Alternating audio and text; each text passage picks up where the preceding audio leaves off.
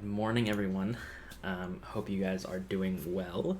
Today's video is about the patch notes that they released on Skylanders Ring of Heroes, and not to be overly dramatic, but this could make or break the game, to be honest. A lot of us have been waiting for this, so we're gonna jump right into it and take a look at what they're doing in this next patch. Before you watch the rest of this video, though, please hit that subscribe button. It really helps me out. You guys are great. And I love to see that number go up because it just means more friends. So we're gonna jump right into it. Excuse the hair and the mess. I'm still actually drinking my morning coffee. I wanted to get this out there as quickly as I could, so when I got up this morning and saw that it had been released, I wanted to do a video on it ASAP. So we're just gonna have a look here. A little coffee time with Treight. So greetings, Portal Master. With the 2.02 update, the errors that you've sent us will be resolved. Okay, that's good. Bug fixes are always good. Update will be released after the validation process is over, so please stay tuned. So it sounds like there isn't actually an update time or a date, which is a little sad. But all right, so update preview. So new Sky Tower. So a lot of you guys probably already know about this because there's already sent sort of a description of what this is. So you can form 3 teams. Now, I actually want to talk about this for just a second because if you haven't seen what it looks like, basically you have 3 teams of 6, so a total of 18 Skylanders, and then you fight in the Sky Tower. So arena-related missions will be applied when you... So that's like new missions for the Sky Tower, and then... we're open for 2 weeks and 1 week of break time. The break time is subjected to change due to service schedule. So it starts Monday at 6 a.m. until Sunday. Okay, so sort of similar to how the arena works now. And you'll get arenas for achieving grades, and no season rewards will be given. So, and there's a little link here, so we're going to click this.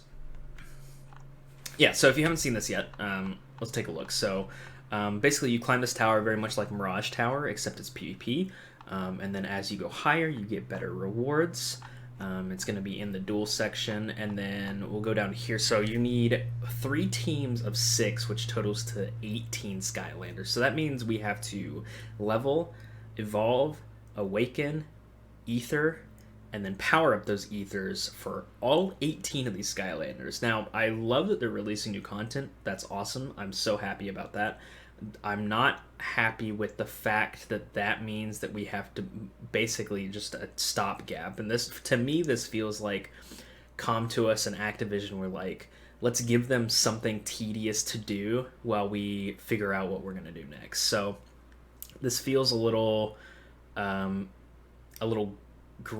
and I know that's something to say about gacha games, but it feels a little, especially with current issue with Ether and Gold, where we don't have enough of either to power up like 1 6-star ether for a 1 Skylander, that now they want us to build 18. So I mean, to me, the strategy here is going to be level up as many Skylanders as you can, and then put 4 or even 3-star ethers on them just to get them on the team. So again, I'm super happy about new content. I think it's going to be pretty cool to try out, but having to fully build 18 Skylanders is going to take a long time, and it just feels like some kind of stopgap that they put in to keep us busy. And then you get participation rewards, so you get arena medals, very similar to the current arena, which is okay because there's some pretty good rewards there. And then you have to clear 3-3 normal to unlock it. And then the season, we already talked about that. Number of teams you can form will vary, depend on your tower, so up to 3 teams. So maybe starting out, we don't have to have 3 teams, but even when we unlock that level, that Sky Tower grade, we're going to have more. So we'll see what it's actually like when it comes out, but for now, we'll see. Okay, so we talked about that. So there's a Sky Tower event, so I guess they're doing an event to sort of introduce Sky Tower, which is good. Enter the Sky Tower to get special rewards every day. Get rewards according to the number of entrances you make to the Sky Tower. The Sky Tower special event shop, so you get Sky Tower coins to buy items from the event shop. Get premium summon ticket every attendance, which is good, so free summons. And then Lucky Box web event. Use up energy and complete missions to open the Lucky Box. Get various rewards by using Lucky Box open cat chances. Get bonus rewards according to the number of open Lucky Boxes. So if this is anything based on their past events, the rewards will probably be fairly underwhelming. Of course, I guess I've been a little spoiled having played Summoner's War in the past, where their rewards are fantastic. So maybe that's just my fault for being over analytical on that. So all right, so there's a new stage, Twisted Mountain Summon. So this is like the banner summons. So this is for Pit Boss, which is cool. Pit Boss is a great unit. And it'll be scheduled and announced in the future. So again, no dates to commit to. It sounds like they're just sort of giving us, we are releasing new stuff, but we don't know when yet. So a little disappointing, but there's only so much you can do. Transcendent System expanded a new Transcendent Star. So this is another... So Transcendence, if you don't know, is when you fully super boost a unit. After that, you get something called Imaginite, and Imaginite is used to transcend your Skylanders. And so it gives them like stats like accuracy. Some people get crit rate, stuff like that. So, excuse me. So Heroic has been extended to level 7. Originally it was 5 for all Skylanders, and Legendary has been extended to level 10. So again, another like little boost to upgrade our Skylanders, but it's just more sort of grinding. And I know Legendary Transcendent pieces of Imaginite are pretty rare. I think I've only gotten like 1 or 2, and that was from fusing. Because it's very expensive to fuse, and as you know, nobody has any gold. So, so new Transcendent Star item will be added, which will be required additionally when you reach Transcendence 6+. So a new material that you have to get in order to transcend past a certain point. Light Dark elements require Transcendent Stars additionally, so I guess if you have a Light Dark unit and you're trying to transcend them, they need like more of them to actually make that happen.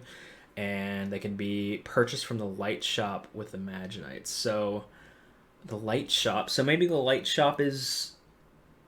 Unless that's the name of a current shop, maybe the Light Shop is something new where we can get light and dark keys, which would be pretty cool, but I'm not entirely sure if it is already in the game, and I just don't remember the name of it. Anyway, so number 5, skill balancing and skill error resolution. So here we go. So I had the thought that if any Skylander got balanced, it would probably be Boom Blue, but after talking with a couple people, we sort of decided that might not happen. So let's see. So the HP won't go below 1 when damage is inflicted with skills. Damage inflicted on an ally won't be affected with a critical damage boost effect. So, the issue with the ally getting defeated with some Skylander skill will be resolved. Okay, so there's some bug fixes, which is good. Pit bosses, snake. Okay, so these are all the skills that I guess were causing issues, and they fixed them now. So pit bosses, snakes, sage's poison. It looks like they have renamed them, which is interesting. Red the Wolf, hold on to the bar. Some Skylander skills have been fixed to activate when each turn begins. So Provoke has been fixed for Kingpin. Life Int has been fixed, Airstrike, and Eruptor. So I'm not entirely sure what those do because I don't have any of those built, but there you go. If there's a bug worm and you're experiencing that, they've been fixed now. The skill application method that was different from the skill description will be modified. So Robo, I guess, had a skill description that was off of what it actually did. So the issue of the attack up being applied when skill damage up was written will be resolved for molecular disassembling laser. Okay, so that's some context change there. The wide range heal method will be changed from some Skylander. Okay, I'm pretty excited about this. So basically, the chance of using a healing skill will increase when there's a lot of Skylanders with low HP using auto battle. So as your Skylander's skill HP decreases, healing chance for your Skylanders to use a healing ability will go up, which is awesome. So this is an issue that I have seen. I haven't seen it lately, but I haven't been doing a lot of content that requires a lot of healing. So the issue was that my healers refused to heal, especially Flashwing was really notorious for it. My healers refused to heal, and so my team would die because Flashwing just decided to be stingy with those heals. So that's being hopefully fixed. That's great. I love that. Love AI improvements. Can never have enough of those. The skill error with head rushes Leave It to Me will be resolved. So the issue of the passive skill Leave It to Me being applied when damage is inflicted in knockdown status will be resolved. So um, if I guess head rush had an ability that applied something when and it shouldn't be applying it when they were in knockdown status, so that's been fixed. Issue of ethers not being applied in transform status will be resolved. The issue of the ether not being applied when the transform skill is used in defense deck for Wildstorm and Pop Fizz will be resolved. Okay, interesting. Oh, I see. Ether status. So I guess the little scrolls that you get weren't applying when Wildstorm and Pop Fizz were in their special form. So if you had a vampire skills on your Ether, Pop Fizz wasn't getting those, or Wildstorm wasn't getting that effect when they were transformed. So that's good. That's a good fix. Bless effect work will be resolved. If you don't know what Bless does, it basically makes you not take any damage when you have it on your Skylander. The issue of damage being inflicted when Bless that inflicts damage on all Skylanders apply will be resolved. Okay, so I guess there was an issue where I don't know because I haven't seen very many Bless people using Bless, but I guess the issue was when an AoE was happening, Bless wasn't stopping that damage, so that's been fixed. That's good. Premium skill power-up stones will be added to the glory shop, which is interesting. So if you have excess glory, depending on how much it costs, you can just buy the premium skill power-up stones. Hopefully there's not a cap on it. And then you can fuse those in order to get the skill up stones you need, which is great, actually. This hopefully will help mitigate some of the issue of not having enough power-up stones, but we'll see, because it's still going to take quite a bit to get legendary skill up stones, but one step at a time. We'll see how this works. The problem with making these changes, big changes, is that they don't know how it's going to affect the game. So if they put in that you can buy legendary skill up stones with arena points and then decide that, oh, this is too powerful and we shouldn't be doing this, if they revert the changes, people are going to be way more mad. So they have to sort of do baby steps to a lot of this stuff. Arena tally process change.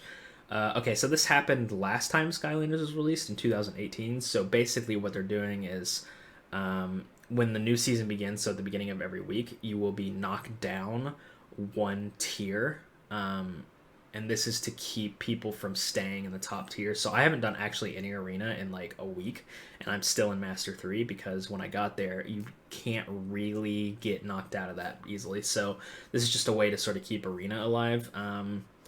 I know the reset they did in 2018 was a lot harder. They basically like almost completely wiped the slate clean and people had to climb up from the bottom again. That was really annoying, but this might be okay. So maybe they learned from that. We'll see. Which means I guess I have to do arena again so I can finish and get those gems every week. So other improvements and bug fixes. So the issue of the game connecting and being lost time to time has been resolved. So that's good. I've seen a couple people having issues reconnecting. The guild you can join will be showed first for suggested guilds. Not really relevant to me because I've been in a guild since the beginning. But if you're looking for a guild, that's good.